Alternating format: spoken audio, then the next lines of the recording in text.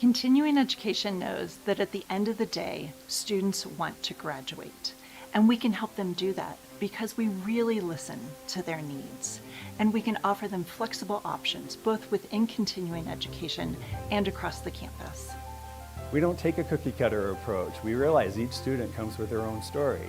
So whether it's a part-time student looking to complete a degree program or someone just looking for online courses, we're there to connect them to the resources of the university.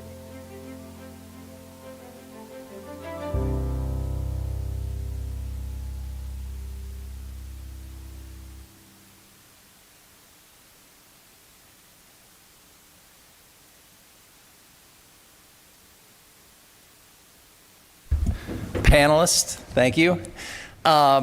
Great set of panelists here. I've got a few things from a business perspective in kicking off this panel that I'm going to share. My name is Andrew Mayock. I'm the Vice Chancellor for Sustainability. I'll be serving as today's moderator. Today's date is Wednesday, April 15th, 2026, and it's 4 p.m. And the name of this panel is CU Boulder 150th, Shaping a Sustainable World, How Buffs Have Enabled Global Impact. Now, before we get started, I'd like to read the University of Colorado Boulder's land acknowledgement. The University of Colorado Boulder, Colorado's flagship university, honors and recognizes the many contributions of Indigenous peoples in our state.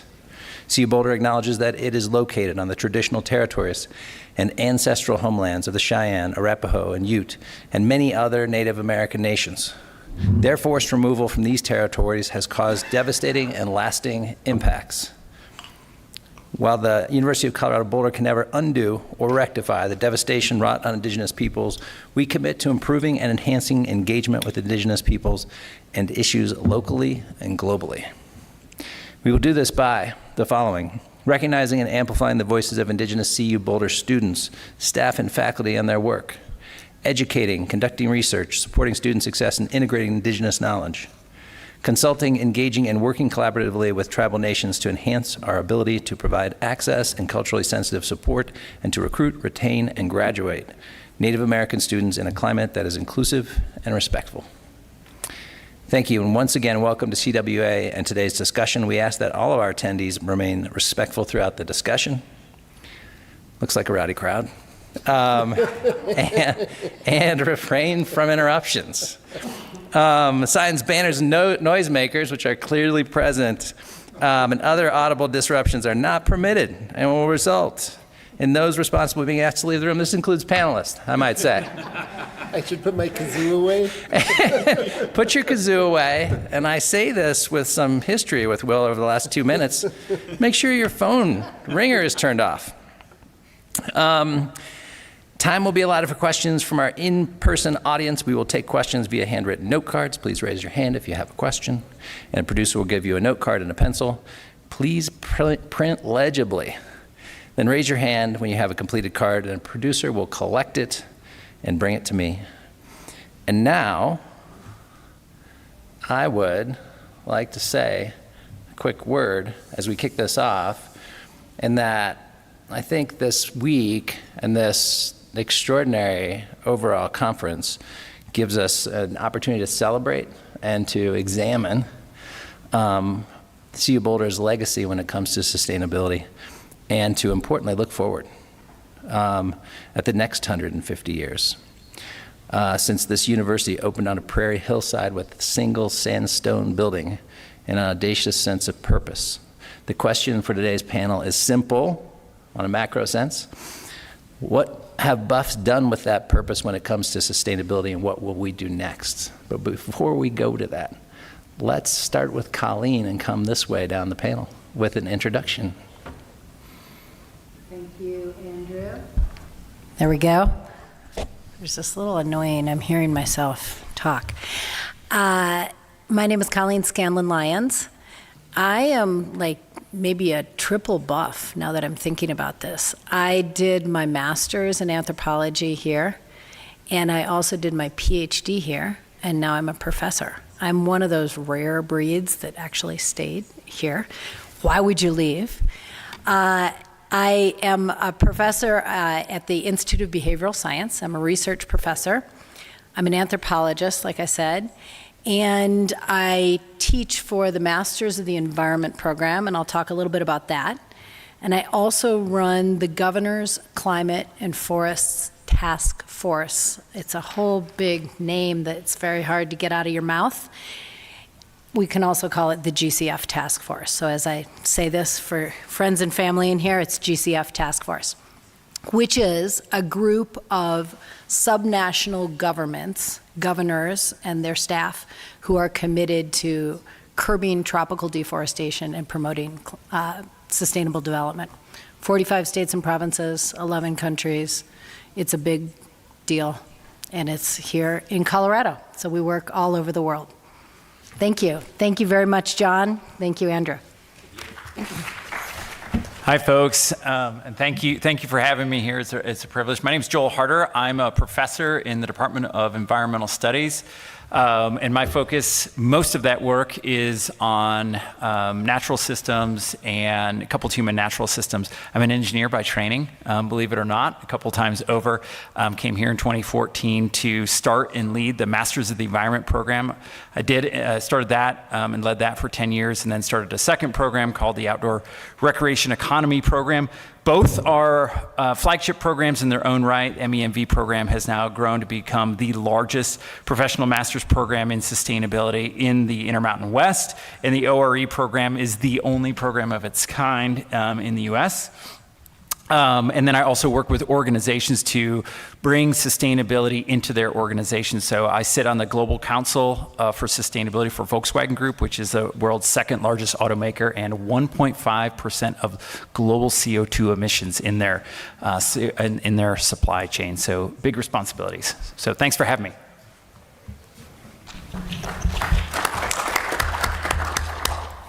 Hi, everyone. My name is Sean Benjamin. I'm a mechanical engineering PhD student. All of my research is focused on air quality, specifically relating to the impacts that prescribed fire and wildfire has on nearby households in Colorado. I'm likely here for my involvement in environmental policy on campus. I've worked through a few different organizations on campus and a few different groups to implement some change on campus. Specifically, I started with the environmental board, trying to provide some feedback to CU as they were writing and introducing their climate action plan. Then through that work, we were able to establish some student representation on the implementation of that climate action plan. So I sat on the implementation committee for that for a minute. And then some of the grad students that I was working with and I created a undergraduate interdisciplinary course teaching about climate action planning, science-based target initiatives, GHG accounting protocol, using CU Boulder as a case study. And through that, we were able to teach students about climate action planning, and as a project in the course, they did some analysis on CU Boulder's emissions, coming up with some suggestions, recommendations, and strategies for CU to reduce their emissions further moving forward. Taught that last year, teaching that this year, and then I'll be moving on and trying to finish up my PhD. Nice. My name is Will Tour. I'm the Executive Director of the Colorado Energy Office, which is the state agency that really coordinates climate action and clean energy for the state, working for Governor Polis. Have been doing that since 2019 when the governor was elected, but have been around CU for a long time. I think my first introduction to the university was when I was 18 years old in the summer of 1980 and was hitchhiking across the country from Pittsburgh, where I grew up, to the West Coast, and the car I was in broke down at 28th in Colorado. There was a Cheap Trick concert happening in the stadium at the time, and been here almost the entire time since then. But I spent 12 years as a director of the CU Environmental Center from 1992 to 2004, as the center was really starting to, in some ways I would say, mature from its sort of very early activist roots into a larger focus on campus sustainability, and have think some interesting stories about the way that student action really helped to bring a lot of the programs that we now think of as sort of foundational programs into existence. At least one of the stories involves a sit-in where the folks took over the chancellor's office. Teaser. And then I spent many years in local government as an elected official for City of Boulder and Boulder County. Thank you, all panelists. I want to start by taking this opportunity to take a look back here at this 150-year inflection point. When you think about CU Boulder's history and legacy, what comes to mind, and we welcome stories and sit-in stories, what comes to mind as to what CU Boulder has gotten right and what is challenged or CU Boulder has gotten wrong when it comes to sustainability? And Will, since you cited, you cover a third of those 150 years.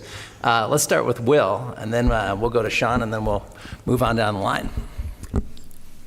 So, when I was in graduate school in Chicago in the late 80s, I was involved with students across the Midwest who were doing organizing spurred by Earth Day 1990 and trying to put together environmental activism and environmental centers and recycling programs at their schools. And we all kept hearing about CU Boulder. It was really sort of remarkable sort of how much leadership we were seeing coming out of the university in terms of harnessing student engagement to move an environmental agenda forward. So I was really excited when after graduate school I was able to come back to Boulder and get a job running the environmental center. And at that time in the early 90s, one of the things that I think is striking is how many things that we take for granted now that exist at universities all over the nation didn't really exist. So just to give one example, so student bus pass. In 1992, there was only one school in the country that had a student bus pass program. The University of California at Davis had one that they had since the 1960s. And maybe there was a second one. Champaign-Urbana might have had one. But CU Boulder students working with the Vice Chancellor for Administration created that program in the early 90s here at CU. And it became sort of the example that was so successful that within a few years, schools across the country were mirroring it. And it's now just sort of an accepted thing that you kind of expect at any big state university, but it came completely, that's really because of the work that was done here, that was led by students, but working in coordination with the administration. What we didn't see, by and large, I would say, back in that early 90s time period, was a level of administrative engagement that I think exists today. Right now, we clearly have leadership at the university that is very committed to a sustainability agenda.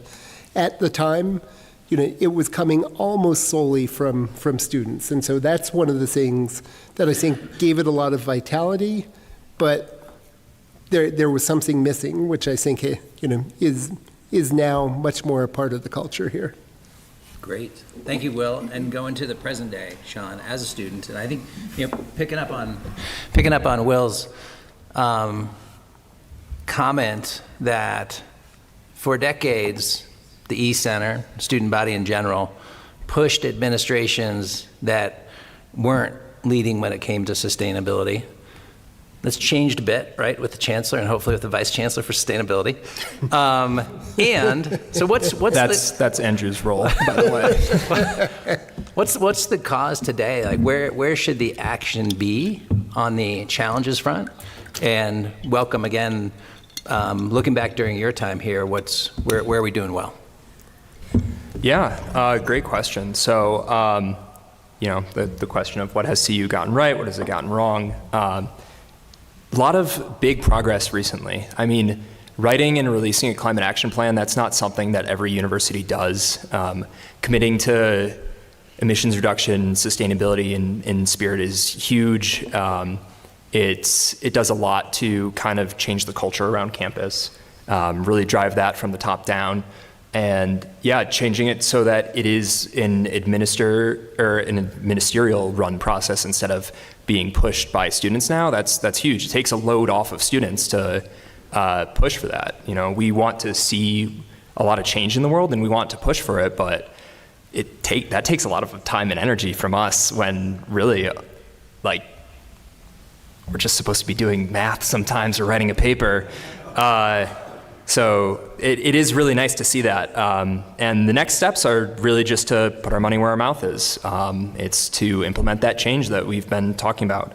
And like I said, while students, our main goals shouldn't necessarily be like that kind of like activity where we're pushing for policy. It's nice to have that push. And really, we should all push towards the change that we want to see in the world, but at the same time, I know that sustainability isn't really the main goal of CU. The emissions reduction isn't really the main goal of CU.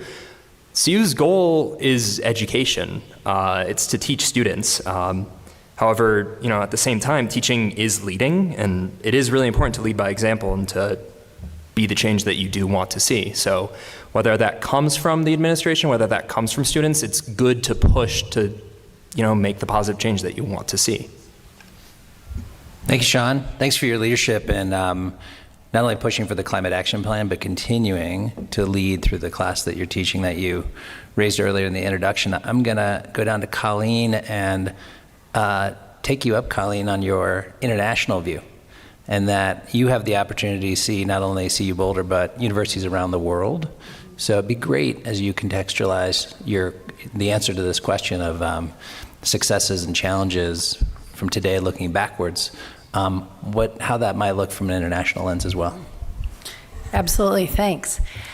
So a couple things, as Will said, CU is staying with the times, and as you just mentioned, Sean, the fact that Andrew's here, that we now have vice chancellors for sustainability, this is really important. CU is working in an interdisciplinary manner. Other universities around the world are incredibly siloed. They do not do this. And this is a place that CU can go out and show other universities and say, here's how we do this. We've got the class that Sean has gotten going has folks from geography, sociology, and a whole host of engineers involved. And that is very, very rare. So I think we're leading by example there. We also have some really innovative programs that almost operate on the margins, but not in a bad way. I used to teach for the President's Leadership class. That is a really class act group of folks. And I've seen students who started with me at PLC who are now out leading foundations and doing a lot of sustainability work. The program that Joel started, now that I teach for MENV, is designed around sustainability today. And so I see these, not outliers, but these innovators at CU, that's all good. The area that I think we could improve upon is I'm sitting here as a cultural anthropologist going, okay, why are you all in this room? What are you bringing to this room? What can we bring to you? Maybe you own a company and we can have students that are talking with folks that you work with and helping solve some of the problems that you're dealing with. Beyond CWA, I want to see more town-gown interaction. And I want to see this in Boulder. I want to see it in Colorado with your office. And I want to see it globally, because we really need to be thinking more globally, as you're saying, and beyond just it's great to bring students abroad, and I do that. I've been doing that since 2011. Super important. How can they get engaged in really meaningful ways, being short-term consultants, building relationships with other students? And so I would love to see, and here's a challenge for our two CWA helpers, I'd love to see you pass a little paper around and figure out who's in the room here and know how you would like to get engaged with CU so that we can also get engaged with you, because this has got to go beyond today. Thanks. Thanks, Colleen. And Joel, moving to you as the founder of the MENV, speaking of taking a look back, really foundational program. And anything that you might want to share, because I've also come to understand in my relatively short time here how easy that is to create a new master's program. Would love to hear more about that particular piece, but also looking back, what you think we've been getting right during your time and before your time. Sure. So a couple of things, because I want to acknowledge the timeline here. Department of Environmental Studies would not have existed without the sit-in from students, also in the, I forget which office, in 1996, that it was a split from geography. So it does take students to do that. And now we're the second or third largest undergraduate major on the campus. But MENV really came from a provost call of getting 3,000 professional master's students on campus.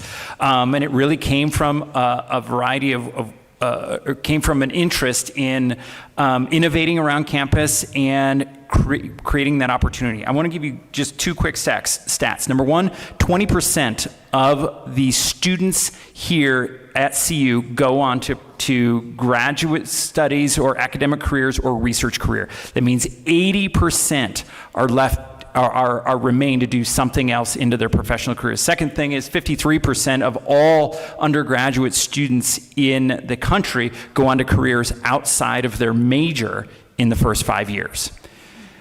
We simply were not doing a good enough job in working with this demographic. And we needed to be competitive. And also, two, is that we kept thinking that sustainability was a vertical or was a silo. And what we wanted to bring with the MENV culture is that sustainability really is for everybody. It's not exclusive. And that really was the foundational element. The other piece to it is we wanted to connect industry with the organization. By the time I left, I think we had 300 different faculty, including Will had taught with MENV, Colleen teaches, and 300 different faculty. We had an elementary ed teacher. We had folks who were in the C-suite. We had folks who were in legal departments, folks who had been educators in higher education all across the board. What I think is important to know is that CU and universities are great at creating cars. And what I mean by that is that we're really good at creating cars with 4 wheels and a steering wheel, but we're not really, really great and adept yet at giving all the different variants that industry wants.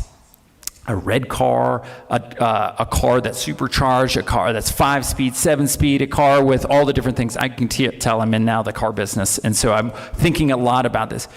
How do we create students that are T-shaped, that are both wide enough and can understand the different disciplines and competencies that are necessary, and deep enough to really have an impact inside multiple different sectors? And that was the challenge, to be able to do that with MENV. And we grew that program to become the 3rd largest graduate program behind the medical school and the law school in CU when I was the director. So it was a great privilege to do that. Great. And just sticking with that theme, where are we on that front right now?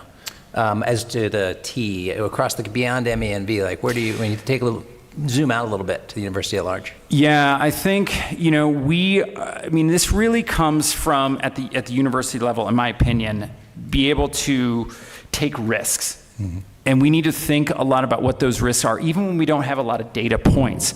But we need to sort of have that trust and that investment in thinking about what we need for our students in listening to industry. Not as a fad, not as a trend, but really understanding that those are where our students are going to land jobs.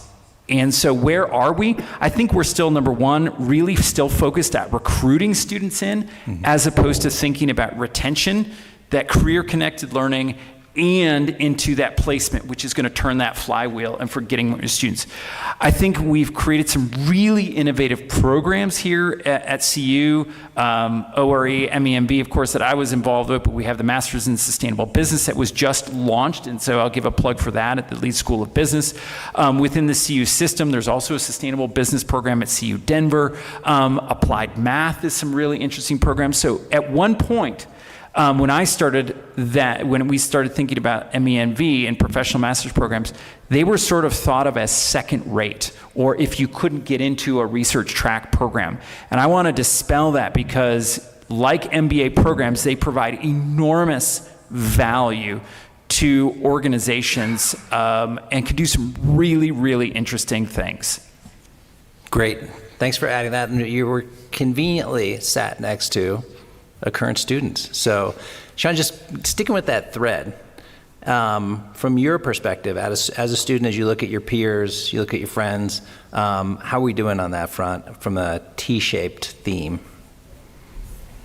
Yeah, great question. I think that a lot of students have multiple different interests. I think a university is a little difficult to explore all those different interests because we have a lot of major requirements. You have to take X number of courses in a certain department in order to get a degree with that department. Same thing for minors. It's really beneficial in order to be able to take classes outside of your major to broaden your horizons.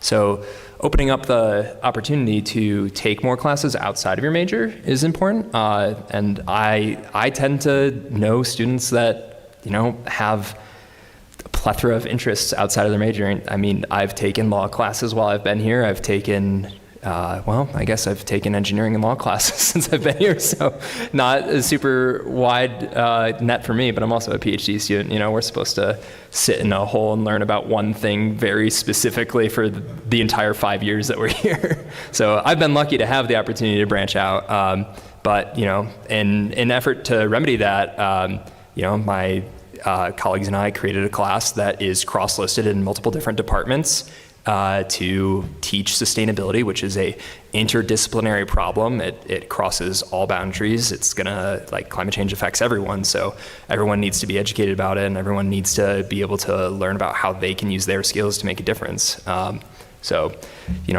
Teaching students applicable skills that they can use in the real world to address problems that they're passionate about. It isn't just about math. It isn't just about STEM or just about writing or geography or sociology. It's about everything. And so giving students the skills to communicate cross-disciplinary, think cross-disciplinary, I think that's really important. That's the work that we're trying to do. Great, thanks for adding to that. I think a consistent theme coming out of this from you and Joel in that we're doing better and we could still do better. So helpful news, helpful data for me. As a moderator prerogative, having heard the sit-in and vote from number of panelists now, I'm going to go to Will and ask to hear this story, and then we'll pick up from there.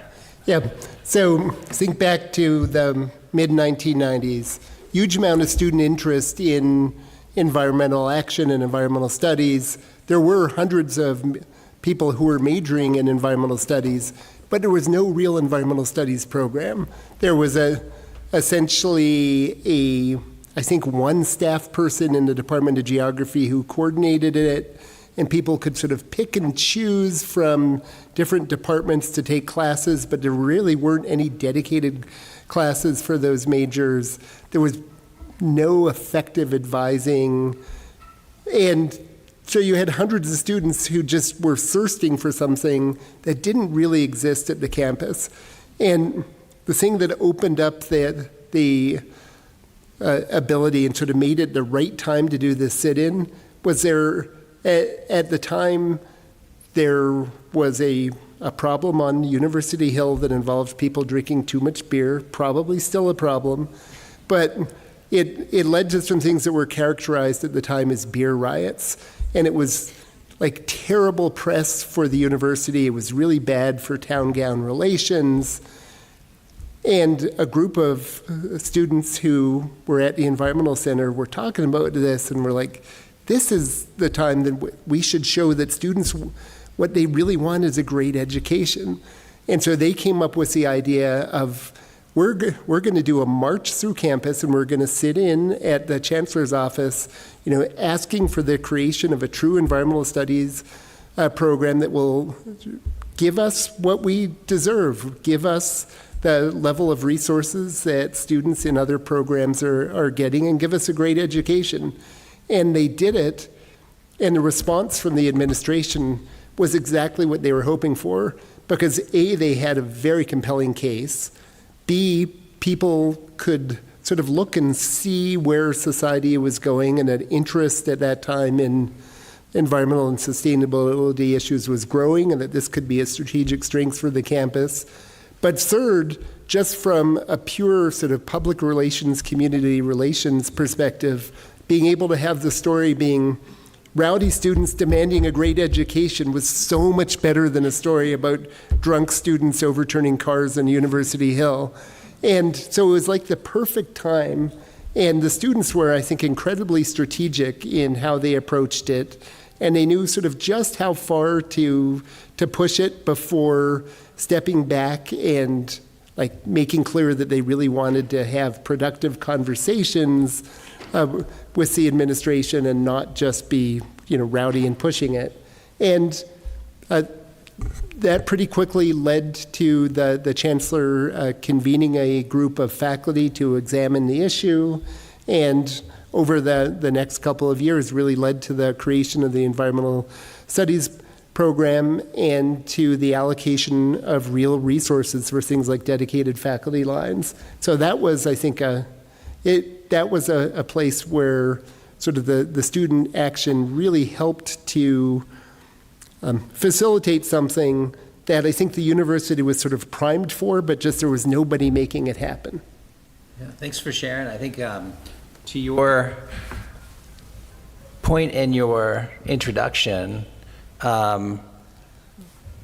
there was a multi-decade experience where students and others looked to activism at CU Boulder like you just described, and saw that as leadership, as student leadership, and was in this legacy that we're talking about in 150 years, particularly over the last 50 years, something that stood out for CU Boulder. I don't know whose quote this is, but I know this general statement is true, that we live in interesting times. And there's no shortage right now when it comes to climate sustainability of urgency and need for action. We just witnessed a historically bad winter in Colorado, affecting Colorado economy when it comes to ranching, when it comes to skiing. Not a week goes by when we don't have some expression of that. We are in a different place when it comes to student activism. I'm interested in the panelists' views on what's changed. Why is that different? I'm not asking for a sit-in. I happen to occupy an office in the chancellor's office. But I'm genuinely curious about what's happened there, and love to hear the panelists' views, and I'll start with Colleen. Sure, that's a great question. In picking up on Joel's comment on cars, which also, I'm going to link this to activism. I think we need to help students know how to create different types of cars, and we need to teach them how to drive different cars. And that requires, some are automatic, some's a stick shift, and that's a different skill that students need. So to get to your activist point and to link activism and cars, I think that we need to teach students different languages. And I'm not talking just about French versus Spanish versus Portuguese. I'm talking about how can a cultural anthropologist speak with some engineers, speak with government officials? How do we break those barriers? So having them feel comfortable with their ability to almost shapeshift and say, hey, I'm speaking with the governor right now, and now I'm speaking with a community member. That is one thing that maybe is a barrier for our activism and that we need to do better. Another point is having this space for dreaming. Like Sean, he said he's got to complete all these classes. He's in a PhD program. I went through the same thing. I had 3 kids at the time, and I'm like, oh my gosh, I'm working at Global Green Grants Fund. I've got 3 kids. I'm working in Brazil. I don't have dream space. So how do we make sure that our curriculum is open enough to have the Seans of the world be able to create something new and to have the support from the administration that, yeah, this is good and we're going to support you here. Another thing that we need for activism is connections. I was thinking about when your sit-in story, which I loved, and I was thinking about Chet Chazowski, who many of you might know, and he, an activist, helped shut down Rocky Flats. They encircled Rocky Flats. And that's not happening right now, to Andrew's point. But maybe the students here at CU are like, how do I call the Chets of the world and get hooked into this? So again, back to like, you're all gonna leave here with a job, I think, because our intrepid helpers have gotten your names and things. But how do we support each other? And then finally, we need financial support for this, honestly. And I think CU, I love to say this, CU is having this really cool rise and moment in sustainability. But we have to be able to support students financially in this area. And I'm going to give a really concrete example quickly. I bring MENV students down to Brazil, and the magic isn't the fact that I get them off this campus. That's really cool, and that's part of the magic. The magic is the fact that I take a group of CU students and I join them together with Brazilian students.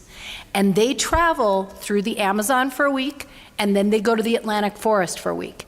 And they're dealing with language barriers, they're dealing with different connections, but it wouldn't be the same program if we didn't have the Brazilians. And so I've had to come up with a lot of fundraising innovation and mechanisms to enable the Brazilians to come, because they can't spend $3,000, but our CU students really need them there. So thinking about how to have financial sustainability to have these really cool activist learning opportunities is super important, because it wouldn't be the same if we didn't bring them all together. So those kind of 4 things: language, dream space, connections, and then the financial and connection support that we need for that. Thanks. Thanks, Colleen. Joel, did we solve climate activism by creating the MENV? No, I'm gonna take a pragmatistic approach. So, partly because of my engineering roots, but I also studied German, so that probably largely explains my roots and how I speak about and think about this. We often get a lot of students that are focused on passion, and we hear a lot about passion, and that's okay. But when I talk to employers, they have passion in spades. And so if students are leading with passion, what they're really looking for is, look, we want people who will solve problems and address challenges pragmatically. And look, sustainability has gotten a bad name, right? We're at a time right now where people either don't understand, they're worried about it, but really don't know how to activate it. It's politicized, and it's become problematic that sustainability has a bad label to it. And so I'm not asking students or faculty to downplay that, but I'm asking them to help understand what's inside the environment at this time. That the conversation is very, very different. And so if we're passion first and we're not adaptive and we're not able to make compromises, that's going to be hard inside of making policy, inside of industry. And that's where often I spend a lot of time making compromises and speaking to people. To your point, Colleen, about different languages, I speak across different languages, both foreign languages, but also across the engineer language, to working with CFOs and so forth. That is extremely important. The other part too is that I think that we need to understand that that students learn very, very differently. and we need to take them very seriously. We often preach from the stage. We often talk about what we think they need, but we're not thinking about what they need from their perspective. And I think very importantly, we need to engage and involve Gen Z and not just push them to the side, but actively engage them in a way that we hear from them in a way. And the last point is to help faculty understand that we just can't keep doing the same thing, but just a little bit different. If we paint the car red, or if we key it blue, or if we just put it online, it really demands an entirely new way of thinking. And there are a few people on campus that can do that. And I think leveraging those folks who think differently, not just will just adapt in some small way. We really need transformative change, and that takes different thinking. Sean, you've been an activist. You are an activist. Why is that activism different and from the story that Will shared with us today? What do you see amongst your friends and colleagues, and why aren't there sit-ins in this present day? It's not like I said, the climate problem solved. We're breaking through 1.5 degrees warming, on our way to 2, maybe beyond. That is apparent and high up on your generation's concerns list. So tell us more. Yeah, I think there are a few sides to this answer. I obviously, I don't have the answers for my entire generation, but I have answers for what I've seen and what's happened in my life. Our class was born out of activism, like you were saying. My position with implementing or sitting on the board that implements the climate action plan for a bit, that was born out of activism. I think, if people aren't being heard, if they're going to make their voices heard in some way or another. And what I see is there's kind of two different forms of activism communication or activism strategy, and this is one of the things that we teach in our class. There's kind of an inside strategy and an outside strategy. When you see these sit-ins and you see large protests, it's kind of an outside strategy. People that are either upset with the system or disillusioned with it in some way, where they use either their power of body, power of voice, power of assembly in group to make their voices heard, be louder, be seen in one way or another when they don't feel like they are. The inside group is people that work within the system to try to make that change. That's kind of what a lot of people like to push towards. Work within our bounds, do it the right way. But really you need both. You need people pushing from within any individual system to make the change that they want to see, given the structure and system and how it's already set up. And then also have people outside that are putting pressure on the system to kind of accelerate that change in one way or another. And I think there are two thoughts as to why we likely aren't seeing as much of those sit-ins and protests. One is people are tired, people are upset. We do live in unprecedented times, and I'm tired of living in unprecedented times. But there's a lot going on in the world right now. There's a lot to fight for in the world right now, too. There's things that people see that are more pressing than others. And while climate change is here, it's now, it's important to push for that. It's important to invest in it so that we don't have to, pay the bill back later. But it's, kind of hard to do that when you also have to fight for human rights and stuff that is being violated every single day.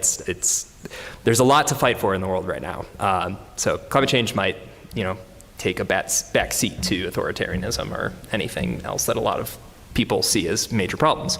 And the other side is, well, maybe we're doing a good job of listening to the people that want to see that change. When people don't feel like their voice is being heard, they make it heard. If they feel like their voice is being heard more, you're going to see less of the protesting to try to force their voice to be heard. So, I think the administration has been doing a good job of implementing a lot of the change, or promising to implement a lot of the change that students have been pushing for a very long time.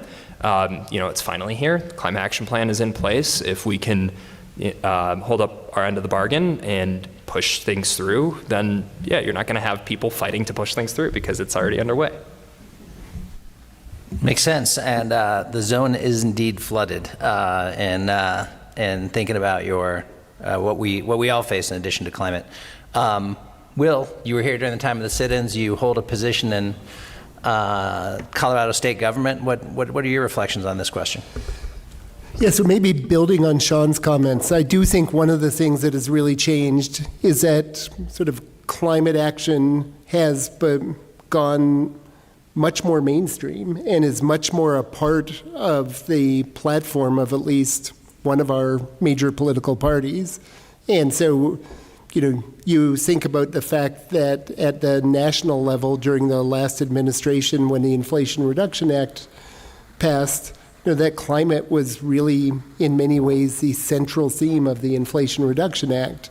When you have sort of major political forces that are sort of moving it forward, there's not quite the same need for activism as there is at a time when, you sort of feel like no one's paying attention. I think the other thing that has changed, that to some extent has enabled that, has been all of the technological development over the last 30 years. So if you were to go back 30 years ago, we really weren't really sure what the tools were that we were going to need in order to make a real difference on greenhouse gas emissions. And so, a lot of it was sometimes slightly inchoate activism, like we want action, but we don't know quite what we need to do. Since then you've got, the remarkable development of wind and solar and the incredible cost declines, the remarkable cost declines in batteries that have enabled things like electric vehicles. So all of a sudden, a lot of what was swirling in the activist world is now a technology deployment and economics question that just needs sort of different approaches than the approaches that we had several decades ago. And so I think that's one of the big changes. Mm-hmm.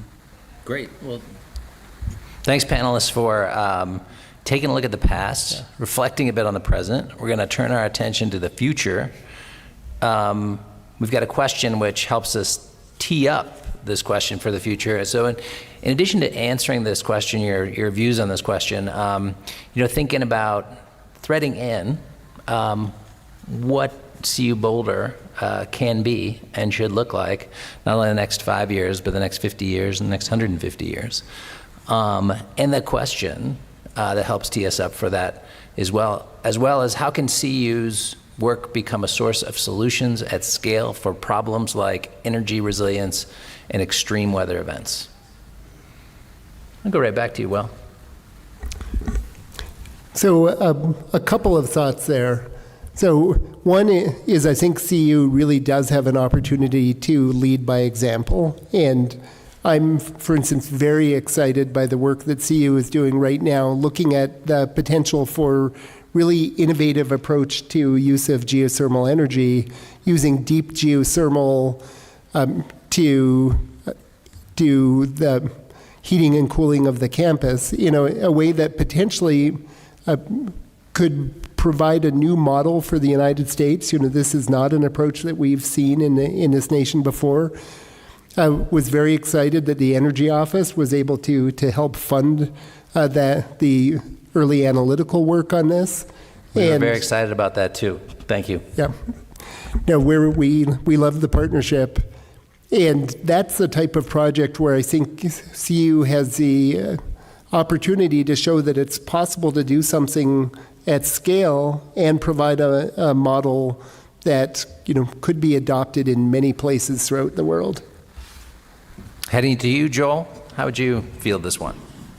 So I think it's a good question. I think I sort of look at it programmatic-wise and look at, so Will did a great job of talking about sort of what we can do and the expertise here, but I want to think about sort of what is our pipeline to get that is not just one-off or this important issue, but how do we create a replenishable pipeline of talent that can do this kind of work that is needed and what comes next, and then lead into the unknown? Because I think now that's one challenge that we have, but there's many more challenges to come, and creating that pipeline where we can do that. And so it's something to think about is is how do we get students and how do we get students to have the opportunity where they are, and Sean's a great example of getting them the opportunity to not just think across one academic vertical. I see more and more students are thinking about what I call the degree stack. So if you look in sort of tech and consulting parlance, they talk about solution stacks. Think about students this way. So a degree plus a concentration, multiple concentrations, minor, another major, and so on, so that a student comes to create their unique value proposition. Second thing is we do a great job in sort of science and foundation work, but we are less good, or we have more work to do in career connected and creating project-based learning to give students that opportunity to be able to do, practice, fail, and try again. We also need work in communication. And I think that's a big part. When I talk to industry leaders, what sets students and individuals apart when they come to them and can climb the career ladder, whatever career they choose, are and I don't use the term soft skills, human-centered skills. Time management, showing up on time, literally email.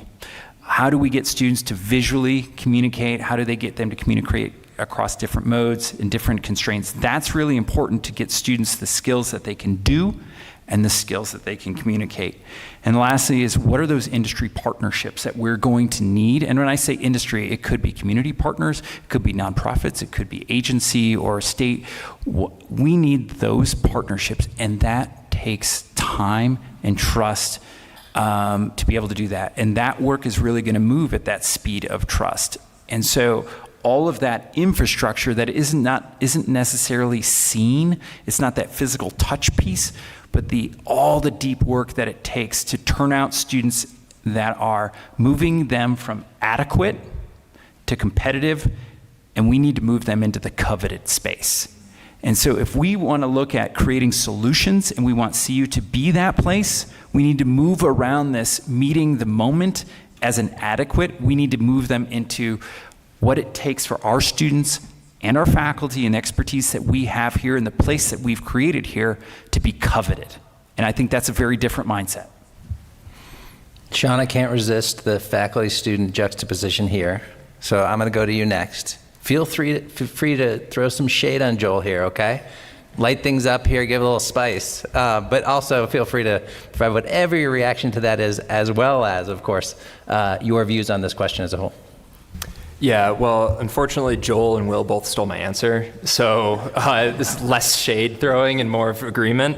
I do think that one big point that Joel is making that I can't help but push further is, yeah, it's the project-based section of education. I think that letting people practice and apply what they learn is more important than just forcing more in-depth detail down someone's throat. I think teaching people how to learn is really important, and that's kind of more so what the what the big selling point of universities are, is that they teach people how to learn rather than teach them what they truly need to know.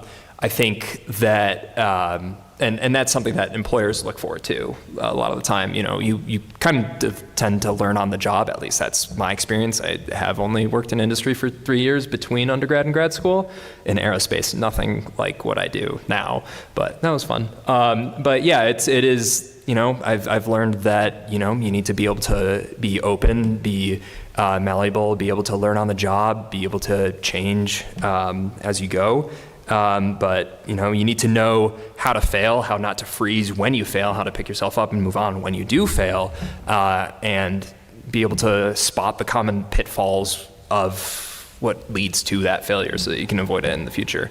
And teaching that to students while they're here instead of, you know, when their career is on the line afterwards, I think is incredibly valuable. And it gives students something to point towards on their resume or CV when they go and look for those jobs in the future, because it is, you know, kind of like a stand-in for having that entry-level job. So that's fun. And that's something that we try to do in our class too, is like give students the opportunity to apply what they learn, which, I mean, you'll see next week when we give you the presentations, but. Looking forward to it. Colleen, take it from here. Jump in You here? could take us out to 2176 and what the world looks like, or you can give us a Totally. closer in view. I've got 2 points. One, Sean just mentioned, learning how to learn. So right before I came here, I'm not really on social media very much at all, and some Facebook thing came in, and I saw a former student who is dealing with a lot of, she does cultural diversity training, and her name is Emily Brocker, and she's here in Boulder, and she posted this incredibly interesting thing. The crew of Artemis II, before they went up, one of the crew members met with an indigenous leader before flying out to space and said, "How do you view the moon? I want to know how your culture conceives of the moon. What does this mean to you? How can I learn from your perspective?" Which I thought was so cool.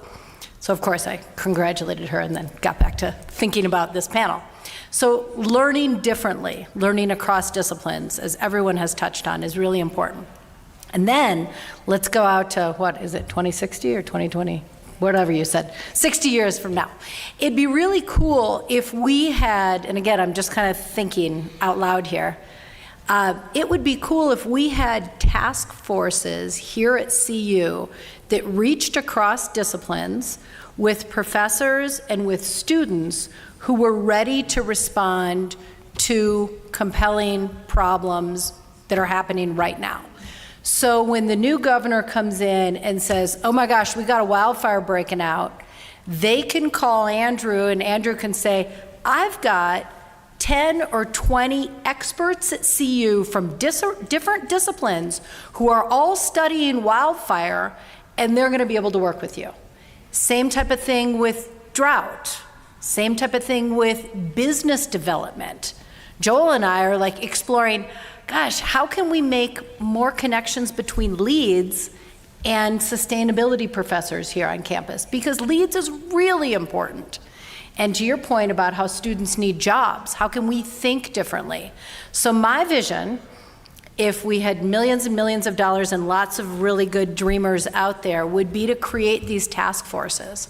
Because we need them to be agile. It uses the platform of a university, which is supposed to be innovative, and we're all thinking here, we're thinking really good thoughts, and we have new ways of solving problems.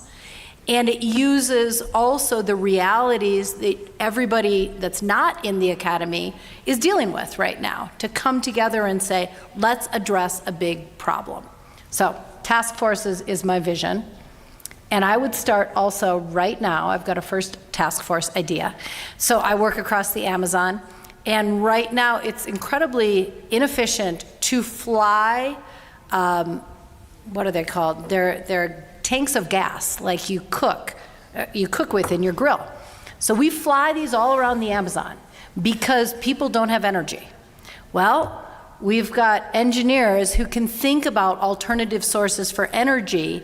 What about if we solved the energy problem in these remote places and dealt with climate change in that way, in a very realistic way? And again, it has to be across disciplines. It can't be Sean flying alone here. He's got to have a sociologist or an anthropologist. He's got to have a business person with him. He's got to have a government leader. So thinking across these disciplines on task forces that address our problems, because they're common problems. Thank you. Thank you. And I'd welcome the panelists to think about closing thoughts that you have as we move to wrap up here soon. And I wanted to recognize a couple more questions that we had come in from the audience, generally around the question of how we're leading by example or not when it comes to solar panels, when it comes to grasses on university property. One of the questioners noticed all the lush, quote unquote, lush grass surrounding us. I got to say I had the same question a few weeks ago when Boulder and other jurisdictions around us started moving into water restrictions here in or what was early April. I might have been late March too. And questions about solar panels, questions about plastics. I could go to the panelists for this question, but I feel like maybe I should respond a little bit here as moderator. Should I take a little prerogative? Anybody? Okay, I'll just say a couple words about that. One is, I'd say as somebody who's newer here, one of the things that really excited me is how this university walks the walk when it comes to climate action and sustainability action. So when it comes to plastics and this question, was wondering about football games and where do all those cans go? Goes to the question versus all those plastic bottles that used to be at the football games. And one of the things I learned as I joined last summer when we announced our elimination of single-use plastics in university beverages, which to the proud legacy here and building on that legacy, we're the only university in the country that holds that distinction. I've had a number of peers call me and say, hey, how did you do that? We're trying to get Pepsi to do the same with us, and they're telling us no. We were very excited to do that, and one of the things I learned in that process was that both plastic and aluminum are recyclable, but what really gets recycled when it comes to those two materials is vastly different, and that almost no plastic gets recycled. And when it comes to the real economic machinery of it all, and the recycling of it is really difficult to turn into more plastic, whereas when it comes to aluminum, it's highly recyclable and it does get recycled. So where do those cans go? They go into an actual recycling process and come out a large percentage of it into a new product. And when it comes to solar panels, say a couple quick things about that. One is over the last year, we've had the opportunity to do some on-site solar, both on-site on campus, for which we just flipped the switch, turned a parking lot on toward East Campus-ish into a significant solar project, and we broke ground last March, and like I said, just plugged it in a couple weeks ago. In addition to that, where we have not a whole lot of open fields around CU Boulder to take that kind of action when it comes to solar, we have offsite up near Greeley that we've done with Pivot Energy, and I believe that's live too. It was broken ground about the same time. So we're doing it where we can, and we're also working with the university and the unique architecture, which makes it challenging to cover CU Boulder roofs with solar panels due to our unique architectural choices. With that, I would ask the panelists for a parting shot. I'd welcome again this concept of looking forward, and it could be looking forward to tomorrow and more what we're doing to defend and protect local assets like Ceres and NCAR, what we might be doing in 10 years from now. But would love a parting thought, and I'll start with Colleen and come down the table here as to building on this proud legacy by furthering our leadership when it comes to climate sustainability. Thanks, Andrew. So over 10 years ago, I had a group of professors from Brazil here at CU. And we walked around the open space areas, and one of the professors looked at me and he said, "This is nirvana. You live in nirvana." CU Boulder, to some degree, has this nirvana aspect. I mean, we've got Will, who came here and never left. And it has attracted all of us for a reason. Boulder is also called nirvana by some. And with this comes privilege, but there are also problems, as we've very aptly discussed today. I mean, we have affordability problems for living in Boulder. We have all sorts of land management problems. We have challenges with sustainability of the university. We have how can we bring together the town gown.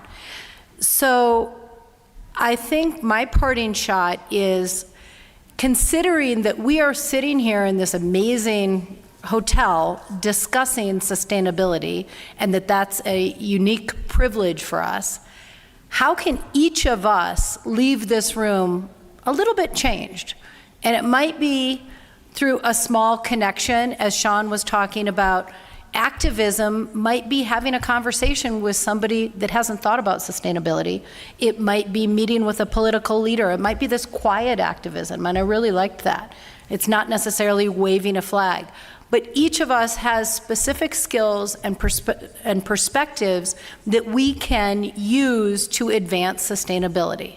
So I would challenge everyone from our position of privilege, sitting here in Boulder, Colorado, discussing sustainability, let's each set an example. When we leave here, do something about it. And that's my parting shot. Like I said, you're gonna have to leave, you're all gonna have more jobs leaving this room, so. Thank you for the call to action, Joel. Okay, so I thought about what to say, and so I'm working on a book project right now where I am meeting with corporate executives from around the world. I think I've interviewed somewhere in the neighborhood of 50 right now, and I always ask them sort of what do we think about what is both hard that you have to do and how do you get change done? And something that has been a recurring theme is something what we call move the middle. We often spend a lot of our time at the tail ends of both the detractors and as those folks in this room who are in some ways like-minded and where sustainability comes easy to us. But where some of the biggest change can happen is in those quiet, everyday, mundane, routine things. So I challenged my class this year, my undergraduate class, to say, what can you do to make a difference that you can become a force multiplier, just a small act that you can commit to? What we know is that habits are formed in 66 days. So how do we take that number 66 and think about what small habit can we do that's going to change us, that's going to perhaps rub off on other folks, that's going to influence folks, whether it's a big or small thing for us, but what can we do to make that influence? And I think that's, if we think about what sustainability can do and think about it less as something that we add on or something that we have a badge in or have to be recognized, why not just use it as a way of our mindset, how we think and how we come to the table, how we can include people in the conversation rather than something that needs to be exclusive or shouted from the rooftops. I think that there is a quietness that that is needed to move that middle. Thank you. Moving to a force multiplier personified, Sean? Thank you. Yeah, I think, well, for my parting shot, I'll share a point that I try to make relatively consistently, whether it's sustainability or anything else across the spectrum. I like pushing people to keep pushing themselves, be the change you want to see, make your voice heard, whether it's through voting, talking to friends, voting with your money, just living the life that you want to see others live, I think is very important.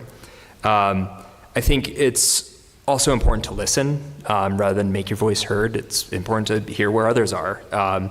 Hear everyone else's concerns, talk about them, share your thoughts, ask for theirs on your voice. We're all human. We're very communal people. I say communal people, but a communal species. It's how we've gotten to where we are.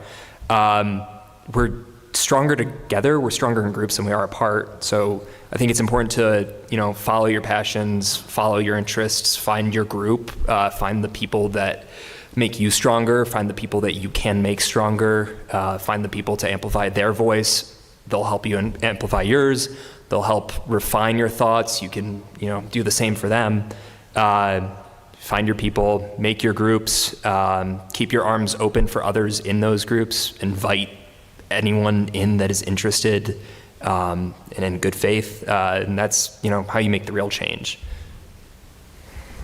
Thank you, Sean. Dean Tour.